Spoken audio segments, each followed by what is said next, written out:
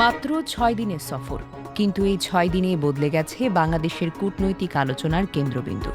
Malaysia ও চীনের সঙ্গে একের পর এক গুরুত্বপূর্ণ চুক্তি, তিস্তা মহাপরিকল্পনায় নতুন অগ্রগতি, বিনিয়োগের প্রতিশ্রুতি এবং বিশ্বমঞ্চে বাংলাদেশের নতুন বার্তা। প্রধানমন্ত্রী হিসেবে প্রথম বিদেশ সফর শেষ করে আজ দেশে ফিরছেন তারেক রহমান। এখন সবার প্রশ্ন, কাগজে কলমের এসব প্রতিশ্রুতি কত দ্রুত বাস্তব উন্নয়নের রূপ নেবে? সফরের শুরু হয় মালয়েশিয়া দিয়ে।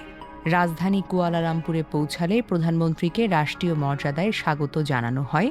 পরে পুত্রজায়ায় মালয়েশিয়ার প্রধানমন্ত্রী আনোয়ার ইব্রাহিমের সঙ্গে দ্বিপাক্ষিক বৈঠকে সাংস্কৃতিক বিনিময়, সন্ত্রাস বিরোধী সহযোগিতা ও বিনিয়োগ সহ একাধিক বিষয়ে সমঝোতা হয়।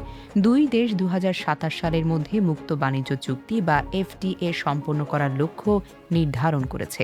পাশাপাশি গঠন করা হচ্ছে Bangladesh Malaysia joint business council. এরপর চীনের দালিয়ানে অনুষ্ঠিত ওয়ার্ল্ড ইকোনমিক ফোরামের সামার দাভোস সম্মেলনে যোগ দেন প্রধানমন্ত্রী।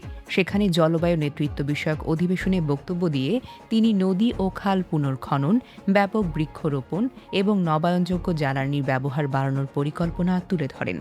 দালিয়ান থেকে বেইজিংয়ে পৌঁছে পূর্ণ রাষ্ট্রীয় মর্যাদায় অভ্যর্থনা পান প্রধানমন্ত্রী।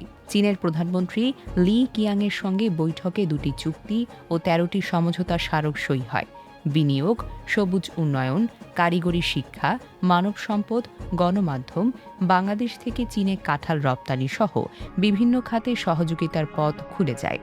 আলোচনায় গুরুত্ব পায় বহুল আলোচিত তিস্তা মহাপরিকল্পনা, মোংলা বন্দরের আধুনিকায়ন এবং সরাসরি বিমান যোগাযোগ চালুর বিষয়টিও। সফরের শেষ দিনে চীনের রাষ্ট্রপতি শি জিনপিংয়ের সঙ্গে শীর্ষ বৈঠক করেন প্রধানমন্ত্রী তারেক রহমান। বৈঠকে রোহিঙ্গা সংকট, বিনিয়োগ বৃদ্ধি ও কৌশলগত সহযোগিতা নিয়ে আলোচনা করা হয়। একই সঙ্গে বাংলাদেশ আনুষ্ঠানিকভাবে চীনের বৈশ্বিক উন্নয়ন উদ্যোগে যুক্ত হয়। ভারত, জাপান ও মধ্যপ্রাচ্যের বিভিন্ন দেশের আমন্ত্রণ থাকলেও প্রথম বিদেশ সফরের জন্য মালয়েশিয়া ও চীনকে বেছে নেওয়ায় নতুন সরকারের পররাষ্ট্রনীতির অগ্রাধিকারও স্পষ্ট হয়েছে। এখন অপেক্ষা, এই সফরের সাফল্য কত দ্রুত দেশের অর্থনীতি, কর্মসংস্থান ও উন্নয়নে বাস্তব পরিবর্তন এনে দিতে পারে। ডেস্ক নিউজ, অগ্রযাত্রা প্রতিদিন।